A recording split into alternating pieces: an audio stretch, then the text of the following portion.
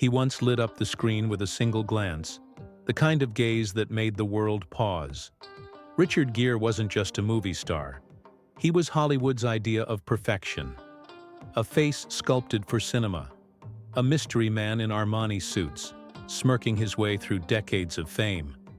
Yet today, if you go looking for him, you won't find him on red carpets or blockbuster credits. One day, without fanfare, without farewell, he simply disappeared.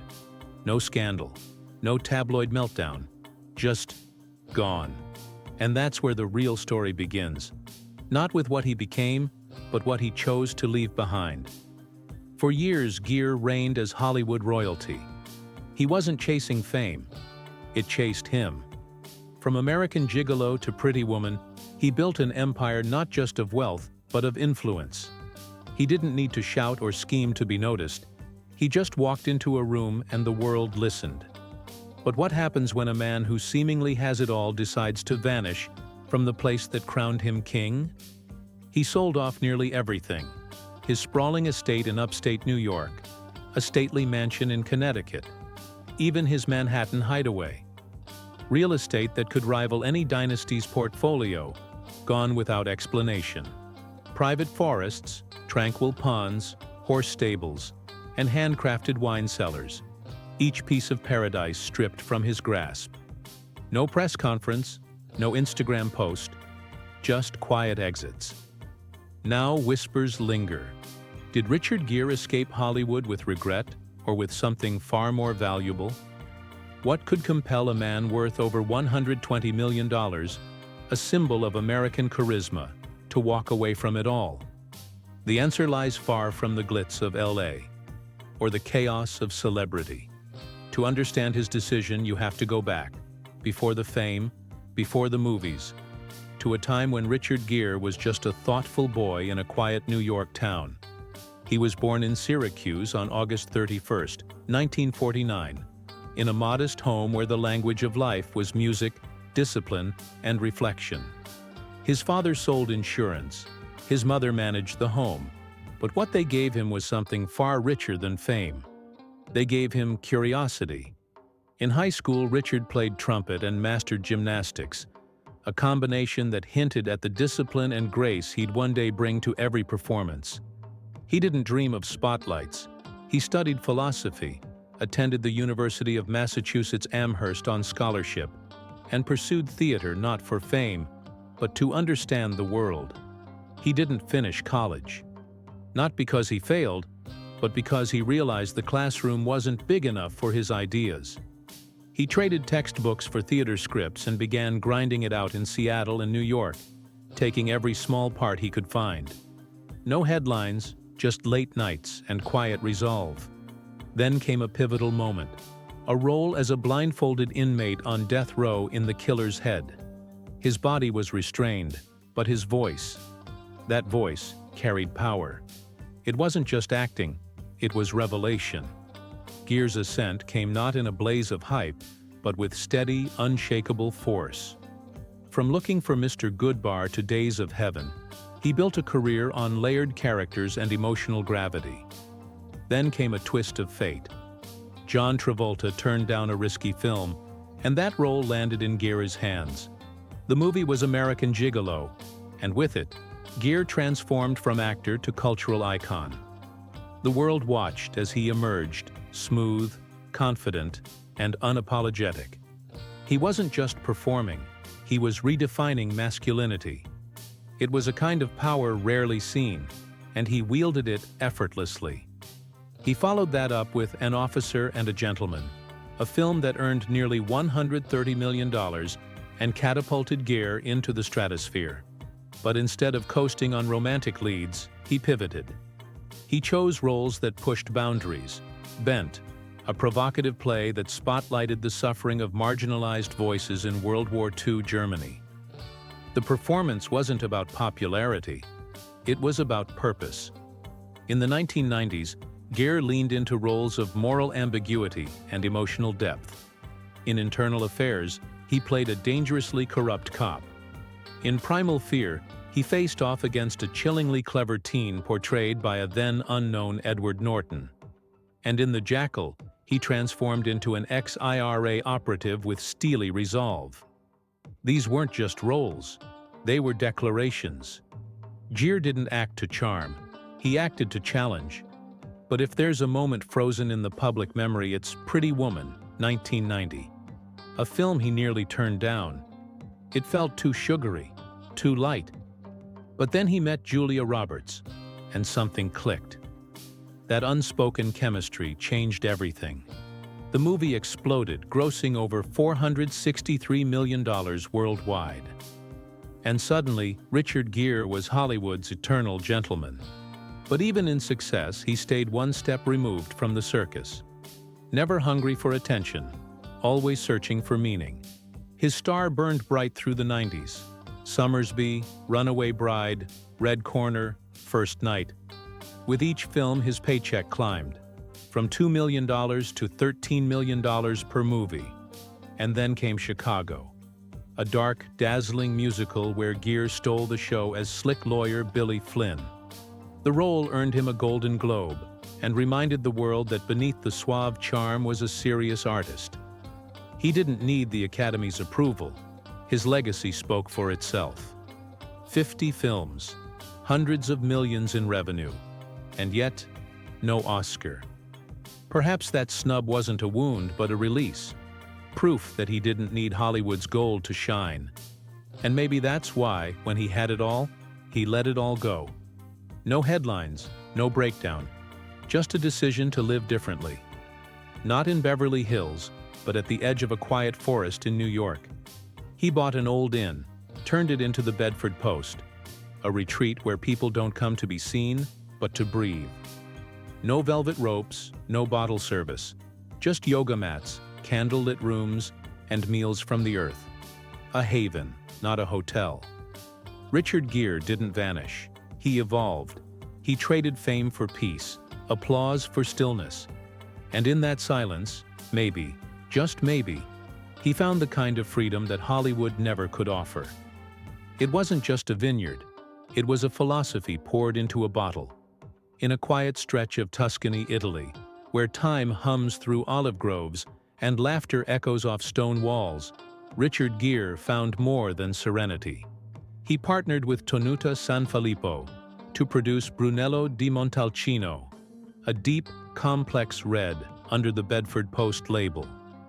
The wine speaks softly but lingers long, bold tannins, gentle sweetness, and the unmistakable flavor of contemplation.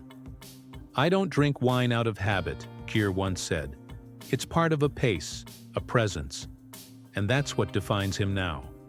A man who walks rather than runs, who stills rather than shouts.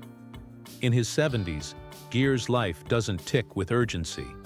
There's no manager dragging him to sets, no entourage clearing crowds. Mornings begin with meditation. Days unfold in gardens, among trees, beside his sons. His calendar isn't packed, but his soul is. This wasn't the fallback of a fading star.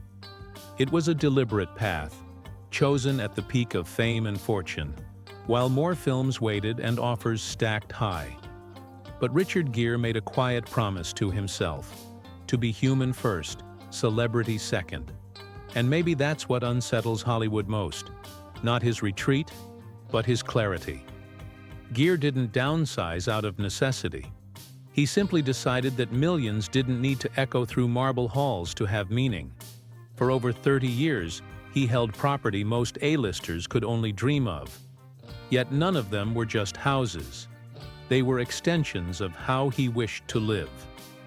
It began in 1987, just as stardom cemented itself to his name. Instead of heading west, he bought a modest estate in Pound Ridge, New York, far from the flashing lights of Malibu. What started as a quiet house grew into a 50-acre sanctuary. 5 guest homes, stables, 9 fireplaces, walking trails, all carved into the woods like a hidden haven. For 3 decades, it shielded him from the noise he once thrived in. Then, one day in 2022, he let it go. No photos, no interviews, just a silent sale, $28 million, and not a single farewell. Then came New Canaan, Connecticut, a classic estate once belonging to music royalty. Rolling forests, waterfalls, fish ponds, and a house of old-world charm. Yet again, Gere saw more than a home. He saw possibility. Plans were drawn for a sustainable farm. Bees, mushrooms, maybe goats. He wasn't just living on the land, he wanted to live with it. But in 2024, he sold it off. Quietly, swiftly, almost like it had never happened. No headlines, no scandal. Just a disappearing act with no curtain call. And then came the move no one saw coming. He vanished from American soil. Not to a mansion in LA or a castle in France, but to Alcuendas, a quiet suburb north of Madrid. He bought a villa tucked among olive trees and whispering winds. 11 million euros, a vineyard, stables, 34 acres for his sons to run free. No showy luxury, just enough. When asked why, he simply said, "She gave me 6 years to live in my world. Now, I live in hers." And with that, Richard Gere left the country that made him. No farewell tour, no book deal, just a shift. Yet he didn't erase the past entirely. A quiet apartment in Gramercy Park, bought in 2016 on Jimmy Fallon's suggestion, remains. A Southampton home once bought for $6.5 million and sold for $36 million. An old apartment rented out at $20,000 a month, like a relic monetized by memory. He didn't sever ties, he just chose not to drag them along. Even the cars he kept told their own story. There were no hypercars with flashing logos or street racing dreams. Instead, a curated selection of timeless grace. A Jaguar E-Type, the car Enzo Ferrari called the most beautiful in the world. A 1970s Mercedes-Benz Coupe, solid, understated. A 2015 Jaguar XK with quiet wood-paneled elegance. Even a rare 2004 Lotus Esprit, low and lithe, like a moment of rebellion locked in metal. These weren't status symbols. They were artifacts of personality. And he knew when to let go. In 2023, he sold his 1999 Jaguar XK8 convertible at auction for $31,000. Every cent donated to aid war victims in Ukraine. No press blitz, no speeches. Just a key turned and a gesture made. That's how he spends. That's how he gives. But Gere's most precious asset can't be parked or posted. It's the network of quiet causes he's supported for decades. The GE Foundation, Tibet House US, the International Campaign for Tibet. He serves not as a figurehead, but as a hands-on advocate. He's been banned from China, exiled from blockbuster roles, labeled as too political in a town that thrives on diplomacy. And yet, he's never wavered. There's a small room in his home. No gold statues, no framed premieres. Just sacred scrolls, hand-painted thankas, and Tibetan scriptures. Items of no market value, but to him, irreplaceable. His wealth isn't measured in net worth. It's measured in alignment, in how closely his outer life matches his inner truth. From real estate to rituals, from vintage cars to humanitarian work, every choice he's made whispers one truth louder than any red carpet. Richard Gere was never chasing escape. He was pursuing presence. Not running from fame, but returning to himself. Would you have the courage to walk away from everything you built, just to live the life your soul needs most? He walked away from the spotlight, sold off decades of memories, and crossed an ocean. Not for a role or recognition, but for something far rarer in Hollywood, a second chance at meaning. Richard Gere, once Hollywood's eternal heartthrob, now spends his mornings in a quiet garden north of Madrid, where the only audience is his 4-year-old son and a pair of curious robins nesting by the roses.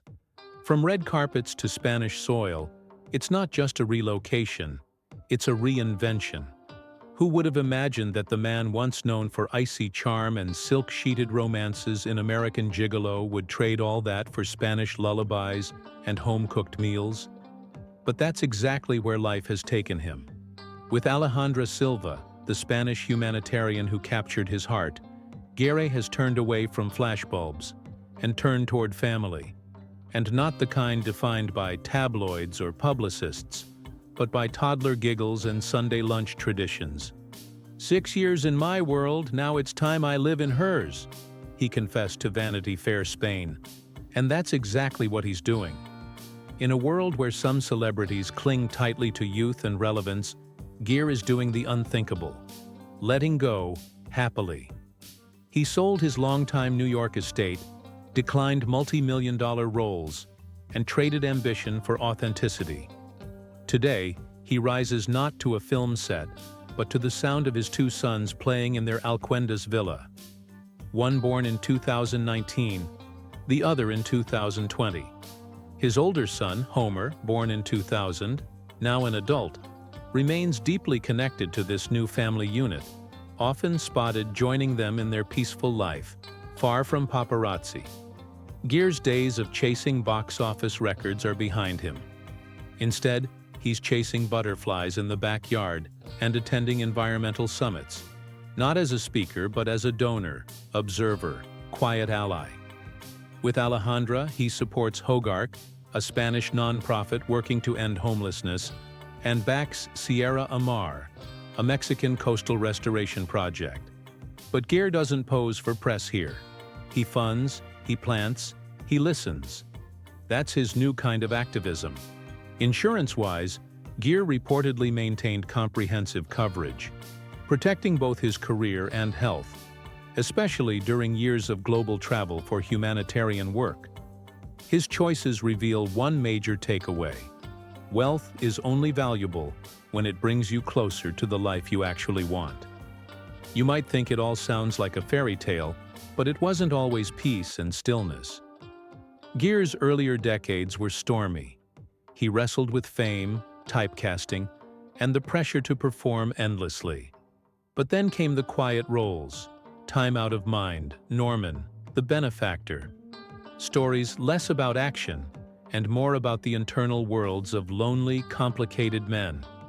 These weren't just film roles, they were reflections of a deeper transformation, a silent rebellion against the Hollywood machine that once tried to define him. And here's where it gets fascinating. Gere didn't just fade away. He carefully curated his exit. While other actors bought jets and islands, Gere returned to the basics: meditation, gardening, and organic food. Every morning begins with yoga, not emails. His villa has no panic room, but it has sunlit hallways and open-air terraces where laughter echoes.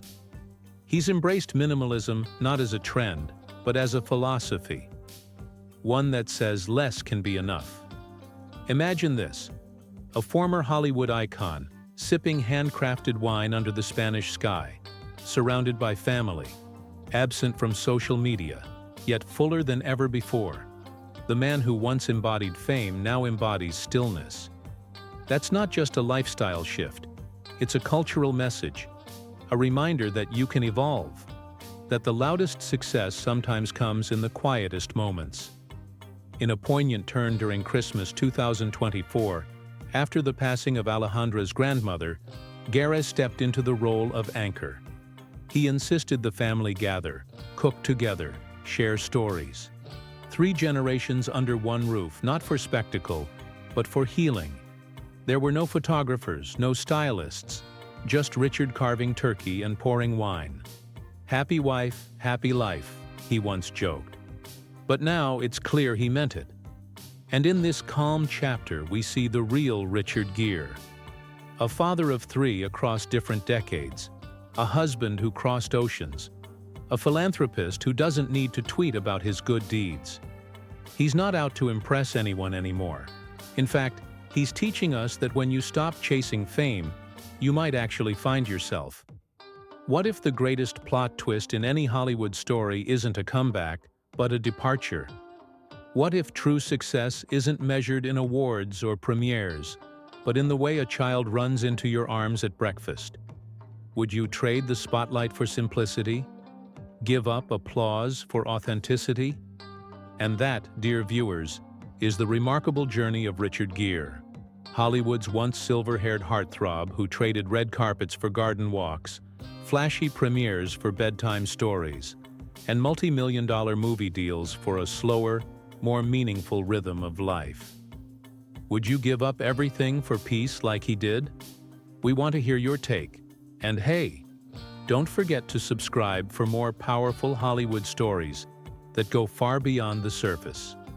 Next up, we're diving into the life of a leading lady who vanished at the height of her fame, only to return with a shocking twist. You don't want to miss it. Until then, remember, sometimes the most powerful legacy isn't what you build, it's what you're willing to let go.